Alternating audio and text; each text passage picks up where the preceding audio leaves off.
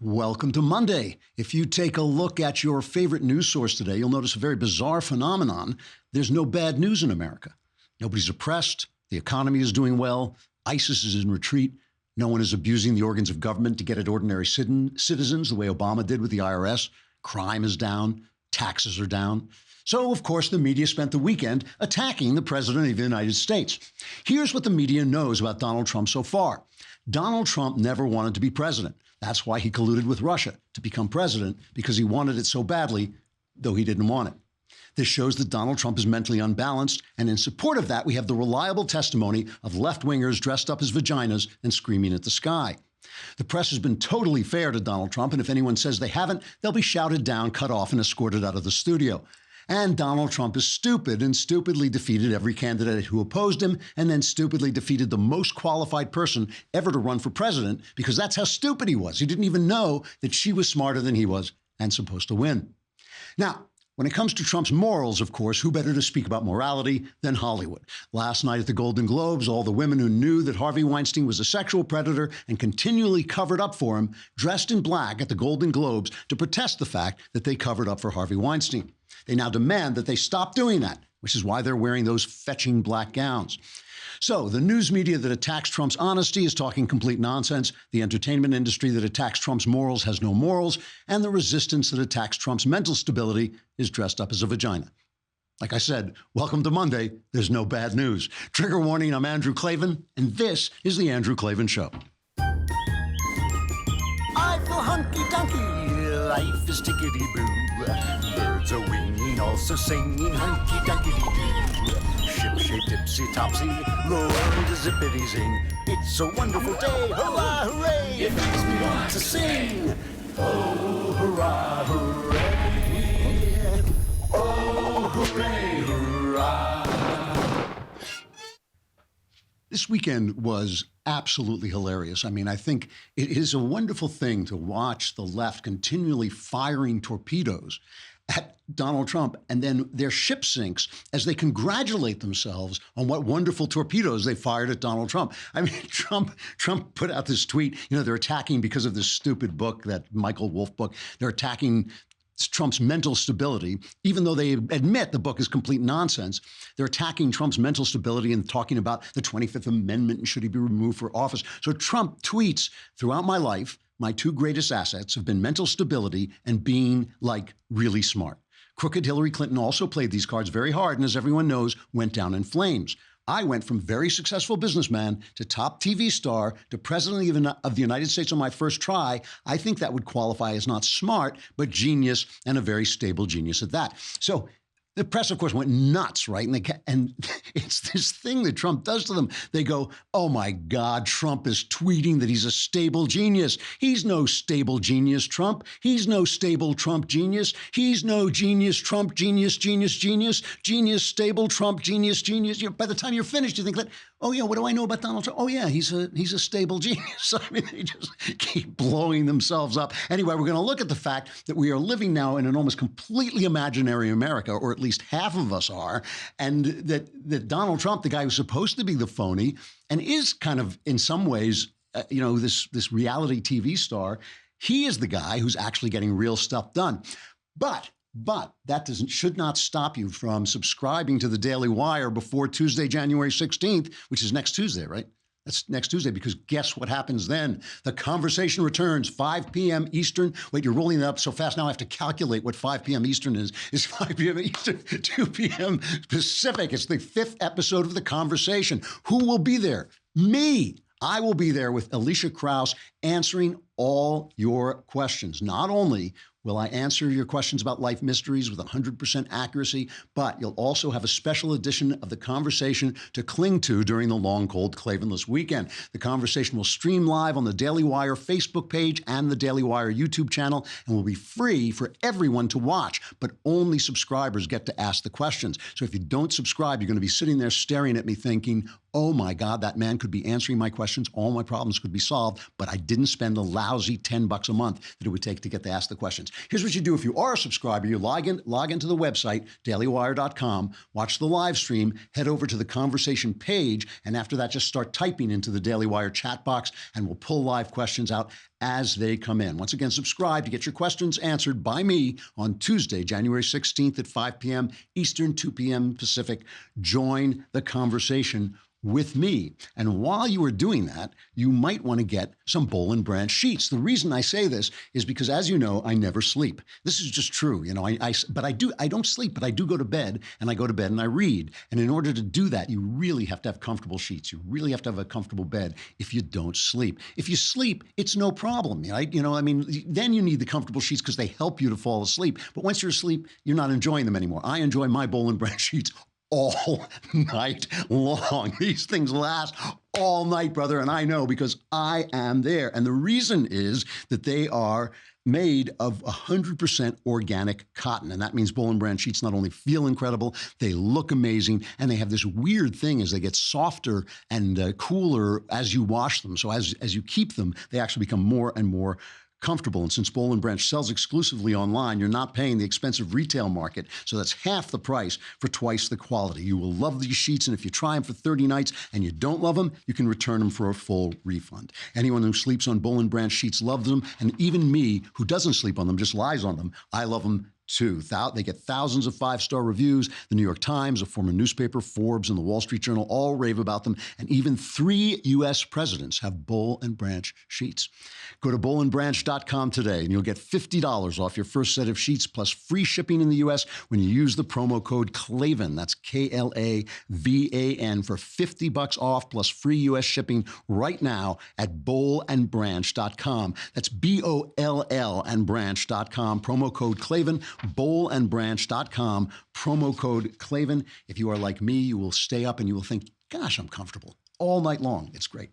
So, Nick Kristof, a left-wing columnist on Knucklehead Row at the New York Times, a former newspaper, wrote this column over the weekend. He said he's only going to do this once because he knows people hate it because everything's so terrible. Everything is awful. Oh, my gosh, Donald Trump, everything's nightmare. I know you want him to be hysterical. But he just pointed out pardon me, that 2017 was the greatest year in human history. And this is true. It is absolutely true. Here's what, let me read what Kristof says. Every day, the number of people around the world living in extreme poverty, which is less than about $2 a day, goes down by 217,000 people, according to calculations by Max Roser, an Oxford University economist who runs a website called Our World in Data. Every day, 325,000 more people gain access to electricity, and 300,000 more people gain access to clean drinking water. This is going on every single day, right? And there's a lot of people, and it's important, obviously, if you're living in America, you don't know what it's like to live without electricity, to live without fresh water. But this is what real poverty looks like in the real world. In America, we don't actually have poverty like that. What we have is people who are mentally ill and nobody's taking care of them, and that's a bad thing. But we don't have poverty like that. I mean, you go to the third world and you will see what poverty looks like. 300,000 people every day who get clean water. This is a big deal. As recently as the 1960s, Kristof goes on, a majority of humans had always been illiterate and lived in extreme poverty. Now, fewer than 15% are illiterate. Fewer than 15% of the people in the world are illiterate. Fewer than 10% live in extreme poverty. In another 15 years, illiteracy and extreme poverty will be mostly gone. This is thousands of generations have gone by, and they're disappearing while you and I sit here complaining about Harvey Weinstein. This is what's happening in real world. Just since 1990, the lives of more than 100 million children have been saved by vaccinations, diarrhea treatment, breastfeeding promotions, and other simple steps. He goes on to say, it has become the thing that's incredible is it used to be that people got killed by the hordes sweeping through and killing you, and you got killed because you starved to death. Now, I mean, in America, you're more likely to die from being fat than you are to die from being too thin. And that's an amazing, amazing thing.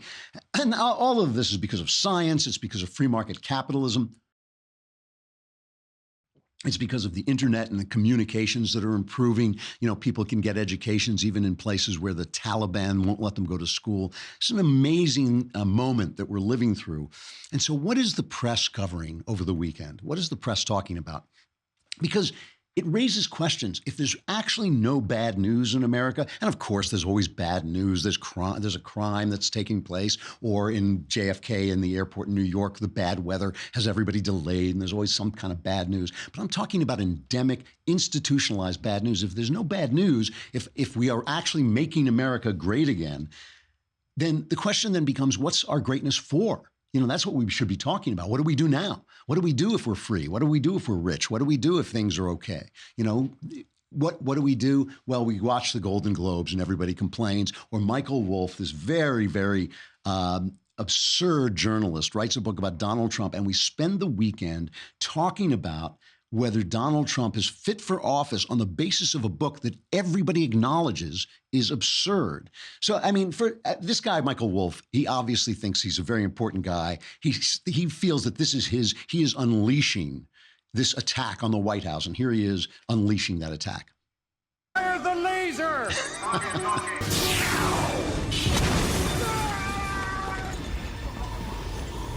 Damage report! Damage report! Left? It's okay. It's all right. Come on. Well, actually, that was just footage from the movie Independence Day, but the real laser would be a lot like that. Yeah.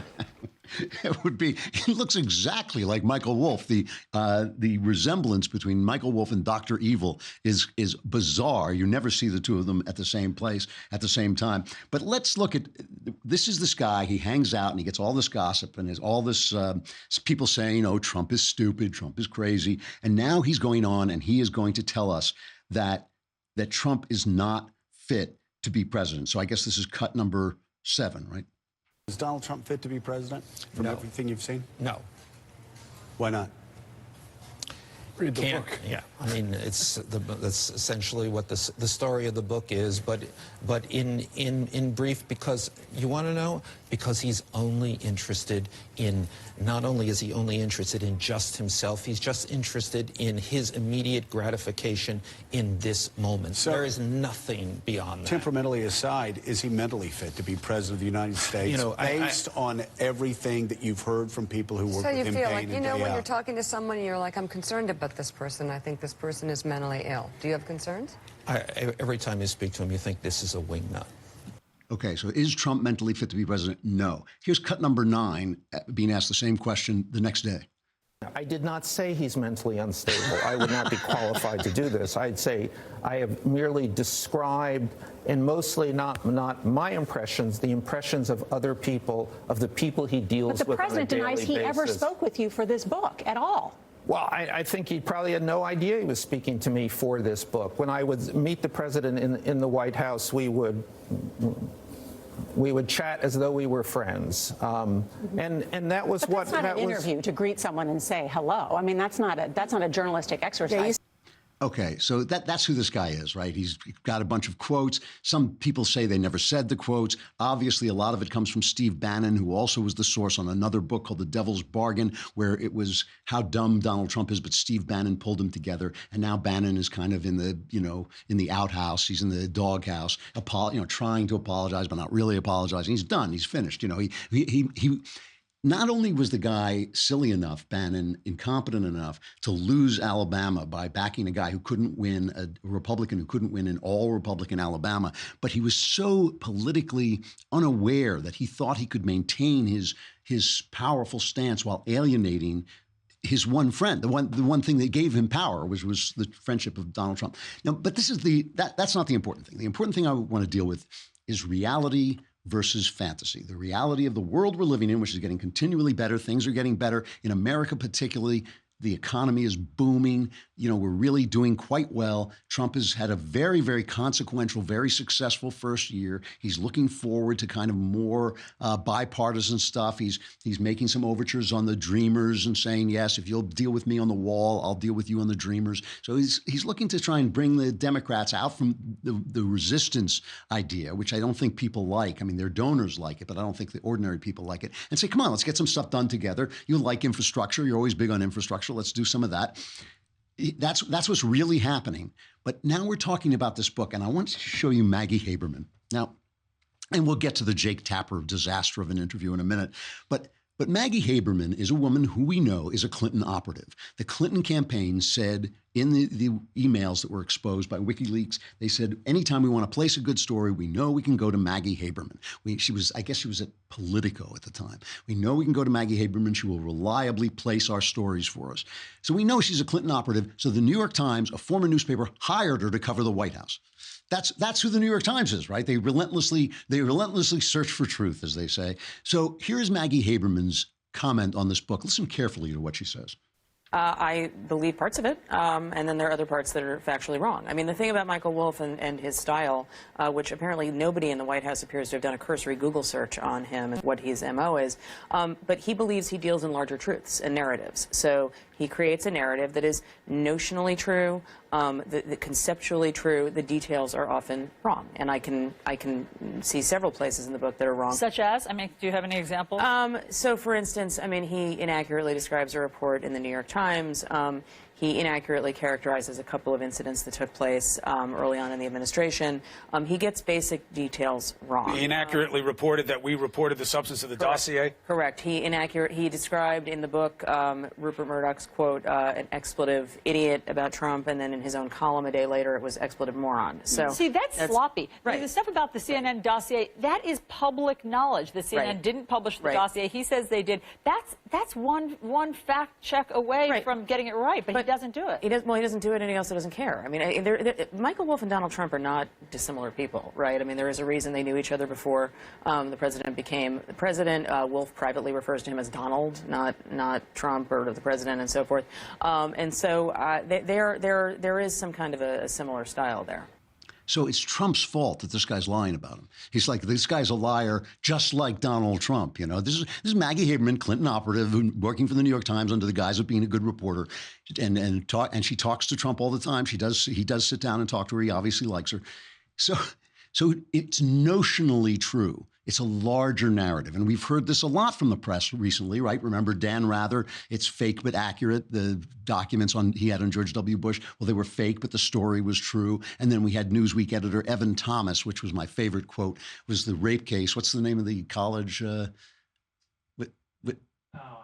Oh, yeah, it's just slipped my mind. But obviously, this is a completely phony rape case. And Evan Thomas said, well, we got the facts wrong, but we got the narrative right. Now, this is something I know about because this is called writing fiction. I mean, I do this all the time. I write a story. It's completely untrue. You guys were good enough to turn up for the 11th episode of Another Kingdom over the weekend. We brought out the 11th episode on Friday. We've got 2 episodes left. People are really enjoying this. It's fiction. It's about dragons and ogres and conspiracies and all this stuff. But I hope that there is a greater truth in there. That's called fiction. News is where you assemble the facts and you let time develop the narrative. You let time draw the narrative out of the facts. That's how news works. That's how history works. These guys have got these two confused. And so you have this episode with Stephen Miller and Jake Tapper. And Jake Tapper, to me, is like the saddest man in America at this point. Jake Tapper actually used to be a decent journalist. And now he's on CNN, which does nothing all day long but manufacture this narrative. That's all they do. They get things wrong. They apologize. But as long as they're wrong against Donald Trump, it's fine. They get him wrong. It's constant lack of any journalistic credibility, and there's poor Jake. And Jake his ratings are in the toilet. He must wake up every morning and think, what became of me? You know, as he's shaving, he must look in the mirror and think, what on earth became of Jake Tapper? I used to be somebody, and now I'm sitting here on CNN. So they bring on Stephen Miller, who is essentially this attack dog for Trump. He's very good at it. I always enjoy watching him. He's eloquent and he's informed and he's aggressive and he goes after these people. So he goes on and he's basically saying this is a work of fiction. This has nothing to do with anything. Steve Bannon never had anything to do with the presidency.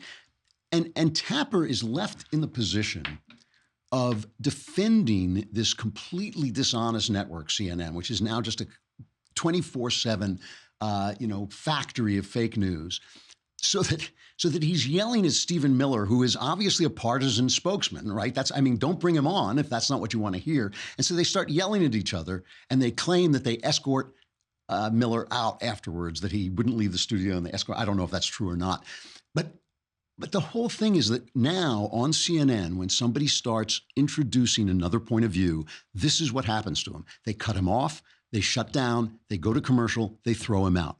So it's like, it's not only, they might as well, Jake Tapper and Don Lemon might as well just put their fingers in their ears and whistle Dixie. I'm not going to hear it. I'm not going to hear it. And it's embarrassing. This is an embarrassing exchange between these two grown men. All these so-called political geniuses in Washington, whether it be at the big lobbying firms or the only person who's called himself a genius in the last week is the president, which because happens to be a true statement. Okay, is self-made billionaire who revolutionized reality TV and who has changed the course of our politics. He's watching and he's happy that you said that. But Jake, you can be you can be condescending. I'm not being condescending. I'm trying to get to the point that Steve Bannon. You can be condescending. That was a snide remark. You're sure he's watching and he's happy. Let me tell you something. Why is your that network? You can be as condescending as you want. It's part of your MO. But listen, you can have 24/7. I have no idea why you're attacking me. Well, I'll explain to you. My point I'll is, tell you why I'm attacking you. Steve Bannon, Jake, you can have a 24/7. Push the president's travel ban. He helped pull out. I'm so glad you brought that up because that's one of the fake news items in the book. Stephen, I would happen to know better than you would, Jake, about how the travel ban was written.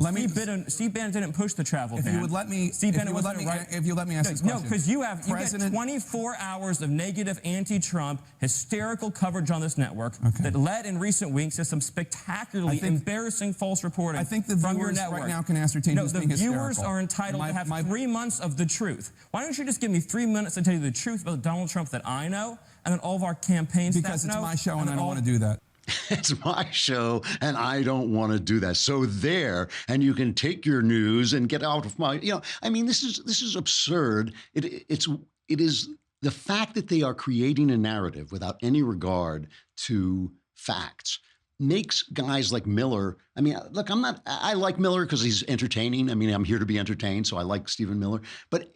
It makes him look better in some ways than he is because anybody, he brought up a substantive issue, the travel ban, what was Bannon's role in it? He won't let him address it. He won't let him address anything. He's the same thing. If you watch Don Lemon now just starts shouting, no, no, no, when anybody points out that Obama was a genuinely bad president. When anybody points it out, Don Lemon just starts shouting and throws you off, throws you off the air. And this is now Jake Tapper, once a journalist, has become Don Lemon. They've all become. CNN just turns everybody into itself. So now we go over to the Golden Globe, and we're going to bring Michael Knowles on in a couple of minutes to talk about the Golden Globes and also this thing about Trump being crazy and he's not fit for office and all this. But I have to address the Golden Globes a little first too, because what happened yesterday at the Golden Globes was a group of women who covered up for Harvey Weinstein, showed up dressed in black, to demand that people stop covering up for people like Harvey Weinstein. And it was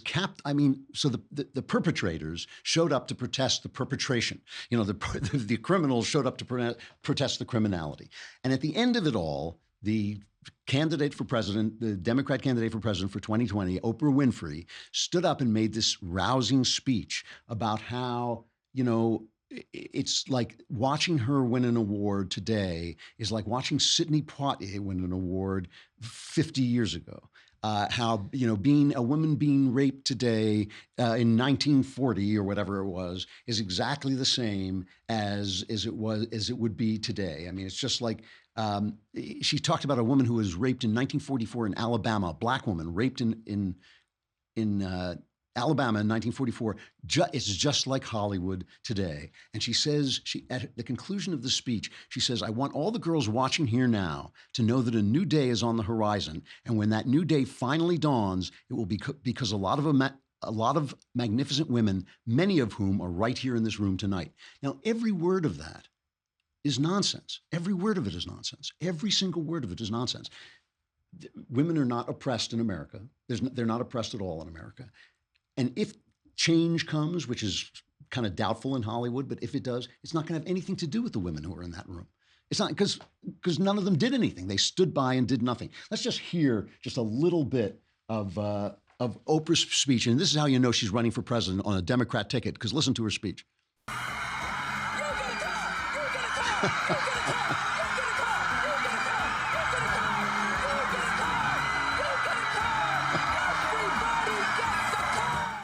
It's a Democrat platform. You get a car, vote for me. You get a car, you get a turkey in every pot, and, vote for me. Let's hear the real speech. Stop kidding around back there, Austin, and play the real speech.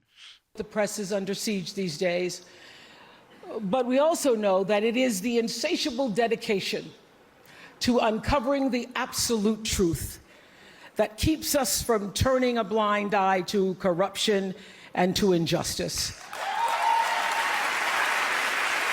To tyrants and victims and secrets and lies. I want to say that I value the press more than ever before as we try to navigate these complicated times, which brings me to this. What I know for sure is that speaking your truth is the most powerful tool we all have. Speak your truth. And that is what the press is doing. It is speaking its truth. Unfortunately, not speaking the truth. See, the thing is, Donald Trump is, in some sense, himself a product of this culture. He is a product of the culture in which the narrative matters more than the facts. That's how he won the presidency. He didn't go out there like spewing, facts and figures and destroy Ted Cruz on the issues. He went out there and created an impression of strength. He created an impression of power. He created an impression of competence, and he won. The only thing that has been a surprise, it's been a surprise to me, is that he has actually delivered. He has shown strength, competence. He has actually done a lot of the things that I would have liked to have seen him do, that I never would have expected him to do. So now Trump, even though he is himself a product of this fake world and won on these fake terms, he has shown himself to be a competent guy. What is the press going to do with this? Oprah Winfrey, she's just an illusion so far. She's just an illusion. So the thing about, people say, well, Donald Trump is not Ronald Reagan. Ronald Reagan had class. That's true. But Reagan was created by a culture that had class. Trump was created by this culture. It's not his fault that we've sunk this low. Anyway, my point is simply this. The left, the news media, the entertainment media, which are now one thing, are living in an imaginary universe. In the real universe, things are going exceptionally well. That was until now, because now we're about to bring on Michael Knowles. But before we do, I got to say goodbye to Facebook and YouTube. Please come over to thedailywire.com and subscribe so you can be in the conversation on next Tuesday, when I will be answering all your questions.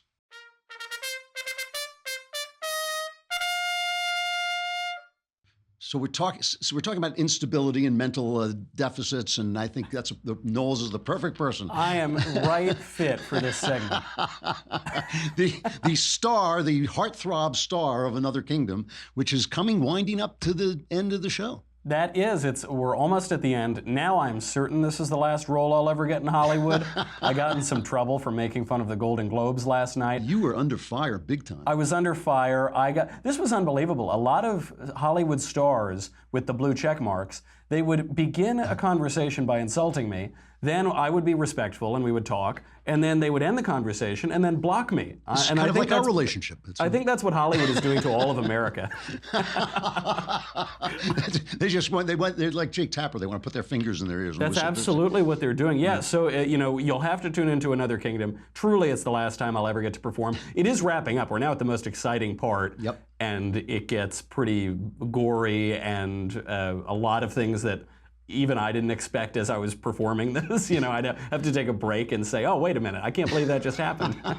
Yeah, just 2 episodes left. Very, very exciting.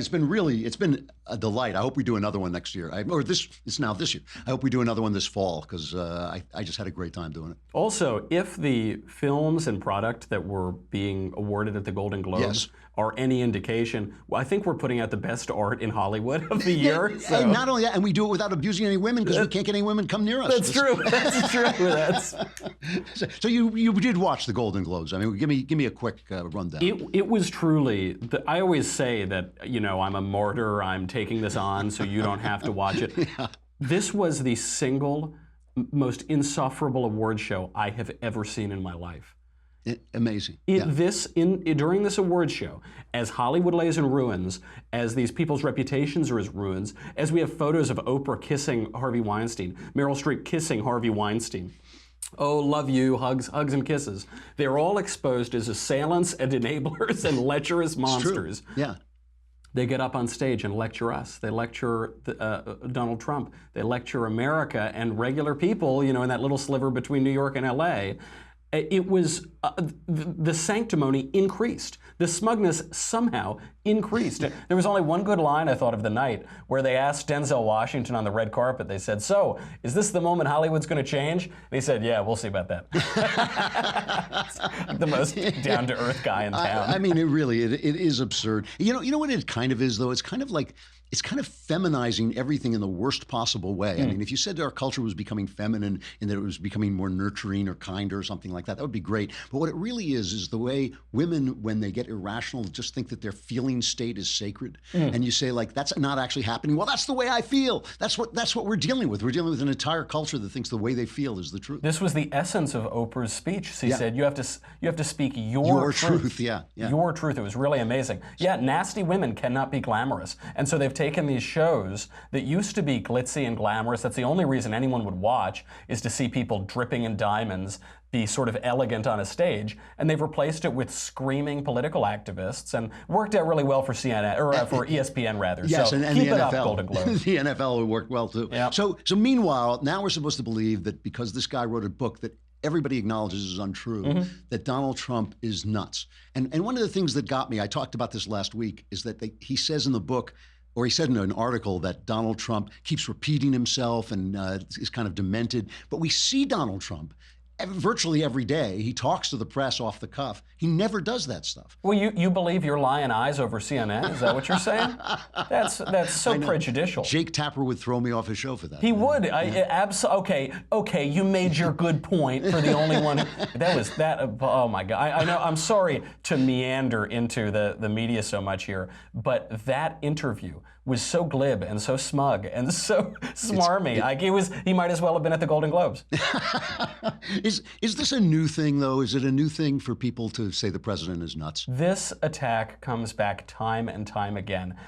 People kind of forget this, I think, because we have this hindsight of Ronald Reagan. Everybody loved Ronald Reagan. He was this great unifying figure. Obviously, in retrospect, the last Republican is always a great guy. It's only the new Republican who's awful. But it always comes back to Yale, all of this craziness. And there was that Yale psychiatrist who said that Donald Trump is so crazy he could lead to the extinction of the human race. He's a stable guy. He's a Was stable he dressed genius, as a if you ask vagina me. when he said that? But this harkens back to the Goldwater rule. So during Barry Goldwater's run for the president, there were over 1,000 psychiatrists who signed a little petition saying that he was mentally unstable to run for office. And this has happened time and time again. With Ronald Reagan, first of all, his party was against him. In 1984, the RNC had a little sticker on one of their office doors that said, sign up for the 1984 Bush for President campaign. A survey in 1976 found that 90% of Republican state chairmen judged Reagan to be simple-minded. Wow. He had no experience in foreign affairs, no depth in government administration. Sound familiar? There was a study in 1980 that of 475 national and state Republican chairmen. They found they preferred Bush. One state chairman said that Reagan's intellect was thinner than spit on a slate rock. That's just the Republicans who said this. That's the about Republicans him. talking about, yeah. He was mocked repeatedly for being senile, out of his mind, because he confused Pakistan with Afghanistan. He once said that trees contributed 93% of the world's nitrous oxide. He said there was more oil in Alaska than in Saudi Arabia, which we're about to find out now that we're drilling at Anwar, so the jury's still out. The Evening Independent ran a piece about him in 1984. It said, who will show up, the Gipper or the Geezer? The same stumbling, often incoherent Reagan seen in the Louisville debate. A geriatric actor. Even if he finesses Sunday's test, there is a disquieting question. Have his image makers been hiding the genuine Reagan? Wow. They would play up little jokes. Michael Deaver, Ronald Reagan himself would make jokes about falling asleep in cabinet meetings. Right. And they would play this up as gospel truth. And it's, it's gone on and on and on. So they said this about Quayle. Yeah, Quayle was stupid. Quayle, George H.W. Bush's vice president, who now everyone says is a perfectly smart, normal guy. They said he was a mental midget, incapable of the duties of the office. During the 2004 race, John Kerry accused George W. Bush of being so stupid that he bogged us down in war. He said, when you get bad grades, you end up in Iraq. All of these constant attacks, why do they do it? Why do they? You'll notice when you look in the mainstream media, Trump's an idiot, Bush is an idiot, even Bush 1, kind of an incompetent, Reagan's an idiot, so on and so forth. They used to say this about Eisenhower, by the way. They said it about Eisenhower, who won World War II. I mean, what do you have to do before you get your smart card from the Democrats? But what about all the Democrats? Obama, genius. Bill Clinton, a genius. Yeah. Even Jimmy Carter, he's not a peanut farmer. He's a physicist. He was too smart for the office. That's why he was so incompetent. Yeah. So why do they do it? It's because they've run out of arguments. So we've seen them try a few different arguments on Trump.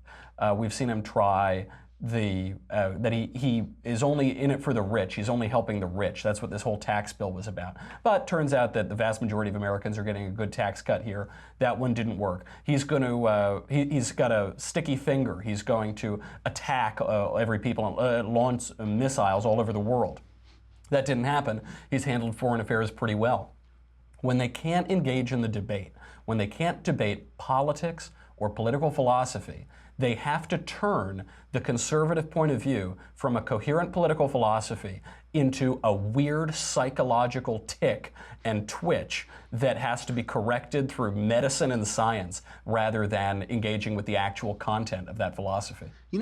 What's shocking too is that you watch. I mean, I was sampling, CNN all through the weekend and the CBS. I mean, George Stephanopoulos actually said even if 50% of this book is true, it raises serious questions. And I thought, actually, if 50% of the book is true, the only question is why are we talking about it? Because who knows which 50% it is? I mean, that's absurd. If you write a book that's 50% false, you're to be ignored. I mean, right? That's not a book that's worth talking about.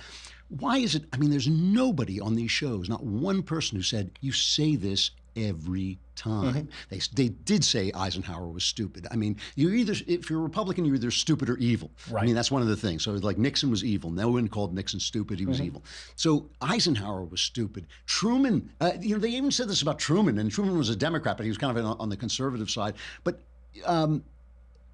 every single Ford, remember Ford, Chevy Chase falling down, tripping all over the place on Saturday Night Live. Why does nobody come out and just say, you do this every time? Well, I think the American people have begun to realize that. I think that's why people are tuning out. It's why Stephen Miller was able to kind of make a mockery of Jake Tapper, and Jake Tapper it became a mean girl. He said, "This is my show, wah wah wah," and because you do see it every time. You see Dick Cheney. No one thought he was stupid, so he had to be evil. George W. Bush wasn't evil, so he had to be stupid. And it's because if you stand in the way of progress, if you stand in the way of a utopian vision, a progressive vision, there are only two explanations of that. The future is so clear. We've seen the future and it works, as communist apologists used to say. That's right. The only two reasons that you would impede progress are because you have bad intentions or you are breathtakingly stupid. And they couldn't consider the possibility on the left that people just disagree with them and there might be other solutions than the ones that they've thought about. They welcome all diversity of opinion until anybody disagrees with them, and then they're shocked and appalled. What's on the show today? So today we're going to be giving out a lot of awards. We're going to be talking about how nasty women can't be glamorous. We're going to talk about the terrible performances last night, all the way from Oprah to Jake Tapper, and a new segment, I just mentioned the title, I call it Jake Tapper Mean Girl. All right. Michael Knowles, star of Another Kingdom. It's good to talk to you. I'll talk to you later. I was thinking about the death of Europe, the fact that Europe is now no longer a culture and it's been swept through by this influx of immigration. And all the time that this was happening, people were being told that they were insane or bigoted or nasty or cruel if they thought, hey, maybe bringing in 1 million people such that like the city of London is no longer a majority English city anymore. Maybe that's something we want to think about. Maybe we want to talk about it. Maybe we want to say, hey, these people can come in, but they have to adhere to certain rules or they have to believe in certain things. all these elites told us that we were fools to even think about this, and now Europe is basically being wiped off the face of the earth simply by immigrants. You know, it's simply by people who don't believe what European people believe, and it has nothing to do. As far as I'm concerned, it has nothing to do with race. It has to do with creed. It has to do with what you believe. So these guys, these experts, it's like they're not very smart. These smart people, they're not very smart, and they basically shut down debate so that by calling you stupid, by calling you evil, they shut down debate so that they never have to make the point. They never have to make their argument because their argument is so bad. Let's talk about our crappy culture.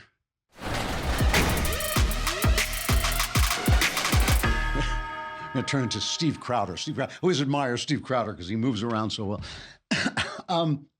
You know, I'm still going through the screeners I get at the end of the year from the Writers Guild, where you get to sort of go through all the movies of the year, especially those movies that maybe you wouldn't go out to the theater to see, the smaller movies. And I watched one that has gotten, the director won the Golden Globe yesterday for Best Drama, called The Shape of Water. And I really thought it was a bad movie.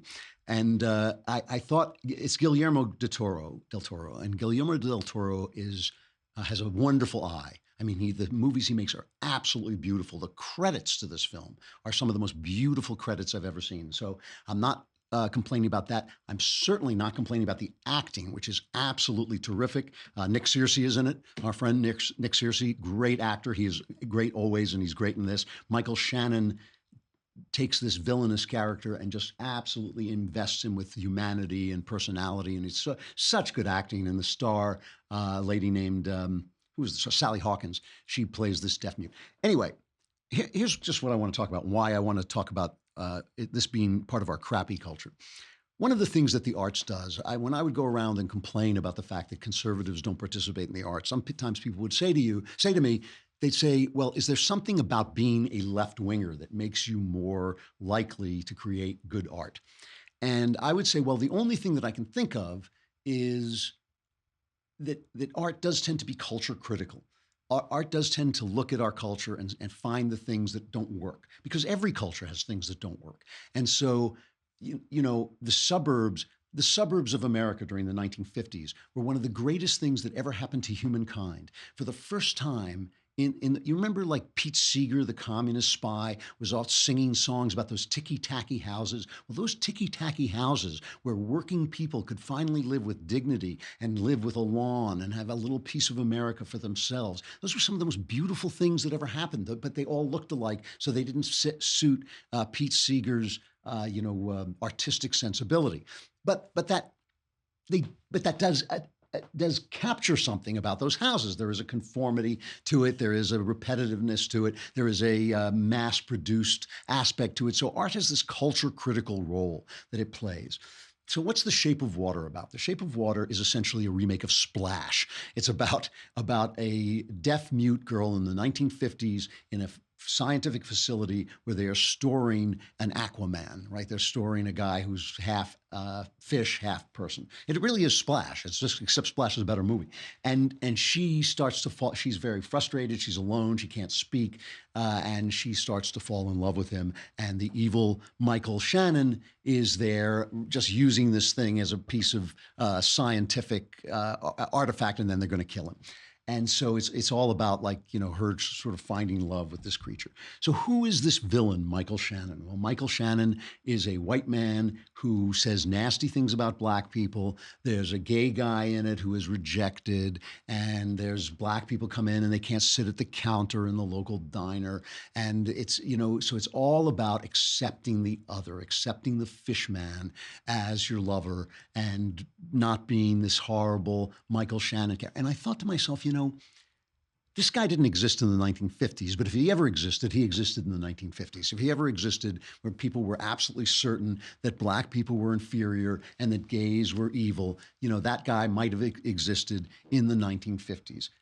Those days are gone, right? Those days are gone. It's not culture critical to attack that guy. It is self-congratulatory. It is patting yourself on the back and saying, look how wonderful I am. And anybody who says anything that is redolent at all of this 1950s America that we're going to make fun of, is so beyond me and my progressive self. I mean, this is a gigantic kiss on the butt of itself. This is a piece of artwork that basically just kisses itself on the butt for 2 solid hours for how tolerant it is, how open-minded it is, how wonderful its view of the world is, not like those evildoers in the 1950s who, by the way, created an America that we're still living off, let alone in. Okay, they created an America of so much wealth, of so much success, of so much power, of so much peace that we are still, it actually survived 8 years of Obama's incompetence because they created such a powerful, powerful force in the world for good. When we talked at the beginning of the show about how much is going well in the world, how much of that do you think is generated by America? I would say about 90% of it. The ideas, the charity, the communications, the reaching out, the goodwill that America has always shown to the rest of the world, all of that stuff came out of an America that was created by the 1950s. And I'm not saying that obviously the bigotry in that community in that time was wrong. It was wrong. The way black people were treated, absolutely shameful. They got a case, no question about it. But that's all you have to say is look how great we are when we're not in the 1950s. You have to address the fact that the 1950s were the people who won the war against Hitler, who built the America that we live in, who built the America of peace and prosperity that we enjoy. It's not culture critical. That is not art. And that is why leftism has done to the arts, it has done to the artistic imagination the same thing it does to everything else. It guts them. Leftism guts our institutions like Yale University, used to be a great college. Now it's just a leftist college sitting around pretending to be Yale. The New York Times used to be a great newspaper. Now it's just a leftist newspaper pretending to be the New York Times. And The Shape of Water is gutted by leftism, just pretending to be a work of art because it has nothing to say except how wonderful we ourselves are. It's the opposite of culture critical. It's culture self-congratulatory. That's why it won the Golden Globes, because the Golden Globes was just 1 hour of self-congratulation after another. All right, tomorrow we have one of my favorite commentators, Molly Hemingway, is coming on to talk to us. She has just been so sensible and so sane about what's going on. She's like this lone voice of sanity floating around in the media, and not entirely alone because we too are a voice of sanity, and we will be here. I'm Andrew Klavan. This is The Andrew Klavan Show. Be here tomorrow.